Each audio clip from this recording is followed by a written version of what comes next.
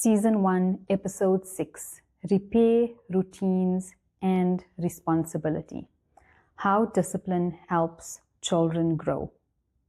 Welcome back to the Love Your Child podcast. I am Nabila Gangat, an educational psychologist, and this is Season 1 held the foundational years. Today, we continue our discipline mini-series. In Season 1, Episode 4, we looked at correcting in the moment, how to stay calm, use fewer words, hold the boundary, and offer clear choices. In Season 1, Episode 5, we looked at consequences that teach, how to follow through without shame and help children understand the impact of their behavior. Today, in Season 1, Episode 6, we go one step deeper. Because discipline is not only about what we do during the hard moment, it is also about what we build before the hard moment and how we repair after the hard moment. This episode is called Repair, Routines, and Responsibility, and it answers a very important question. How does discipline help children grow? Not just obey, not just stop, not just apologize quickly and half-heartedly, but grow. Grow in responsibility, grow in self-awareness, grow in empathy, grow in emotional regulation, grow in their ability to try again. Because the goal of discipline is not to create a child who is afraid of making mistakes. The goal is to help a child learn what to do after a mistake has happened. This is where repair, routines, and responsibility matter. From an attachment-informed lens, repair is very important. Every parent-child relationship has hard, difficult moments. There will be frustration. There will be tears. There will be limits. There will be moments when the child gets it wrong. And there will be moments when we as adults and as parents also get it wrong. Attachment security does not mean there is never rupture. It means the child learns that after rupture, repair is possible, that connection can return, that responsibility can be taken, that love does not disappear. Because something went wrong, this matters deeply. Because children are not only learning rules, they are learning what relationships do with mistakes. Do we shame? Do we withdraw? Do we pretend like nothing happened? Do we explode and move on? Or do we come back, name what happened, take responsibility, repair, and try again? That is discipline that helps children grow. So today I want to share 5 practical ways to build repair, routines, and responsibility into everyday parenting discipline. Number 1, use connection before instruction. This does not mean we ignore your child's behavior. It means we help the child become ready to receive guidance. A child who feels attacked will often defend. A child who feels shamed may shut down, argue back, or become more upset.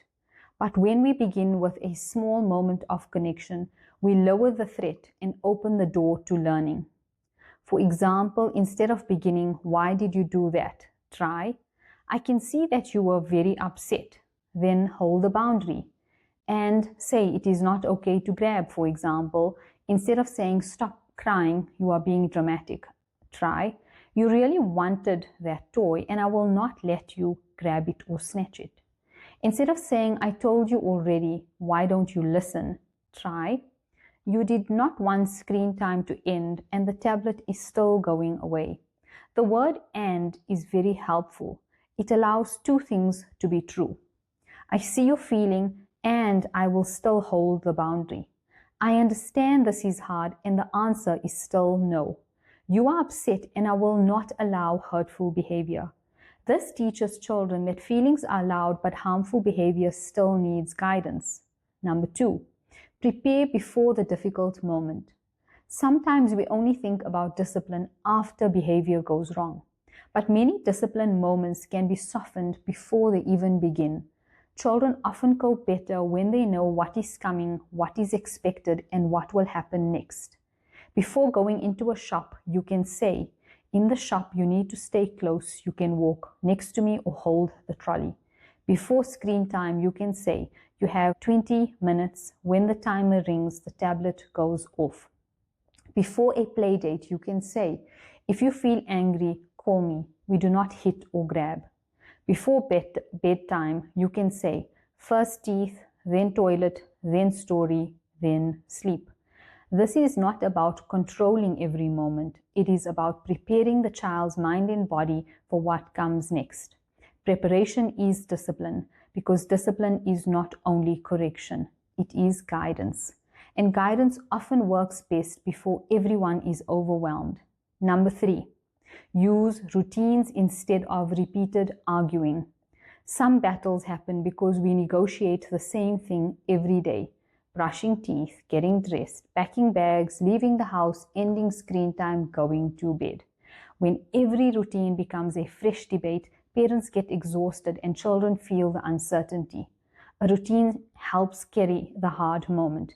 It becomes less about parent against child and more about following the rhythm and routine. You can say, the chart says teeth, toilet, story, sleep, or the timer rang, screen time is finished, or it is pack away time, toys first, then story. Routines help children feel more secure because they reduce the number of surprises. They also reduce the number of times a parent has to lecture, threaten, or repeat. A routine does not mean there will never be resistance. Children may still protest, but the routine gives you something steady to return to. The timer rang, the chart says what comes next. This is our bedtime rhythm. Simple, predictable, repeated. Number 4, offer repair.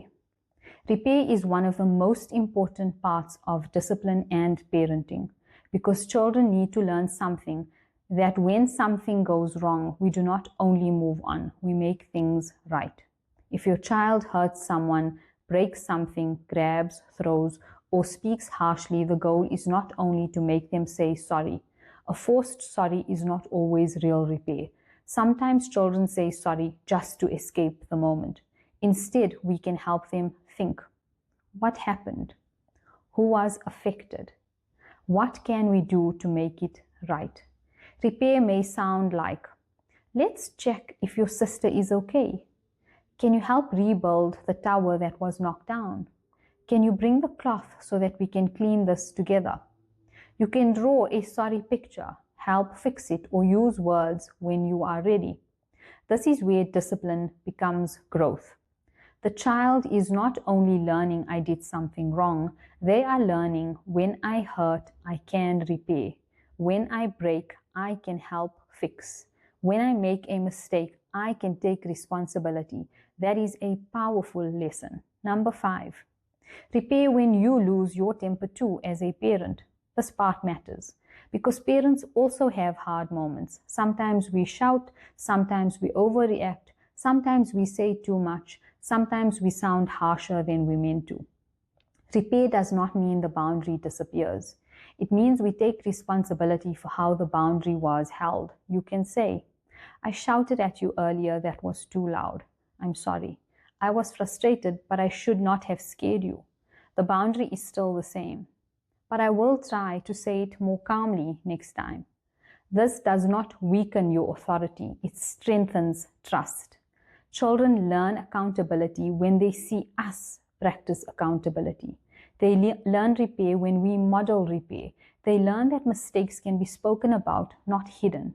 They learn that relationships can recover. And they learn that love can remain steady even when their behavior needs correction. So let's bring this together. Discipline is not only what we do when a child crosses a boundary, it is also what we build around that boundary. Connection before instruction. Preparation before difficult moments. Routines instead of repeated arguing. Repair after mistakes. And parent repair when we get it wrong too. This is how discipline becomes more than correction. It becomes teaching, it becomes guidance, it becomes responsibility, it becomes repair. A child should learn, My behavior needs guidance. My mistakes need repair. And my relationship is still safe. That is how discipline helps children grow. That is how children feel held even while they are learning. Thank you for joining me for this episode. This was Season 1, Episode 6, Repair Routines and Responsibility, part of Season 1 held the foundational years.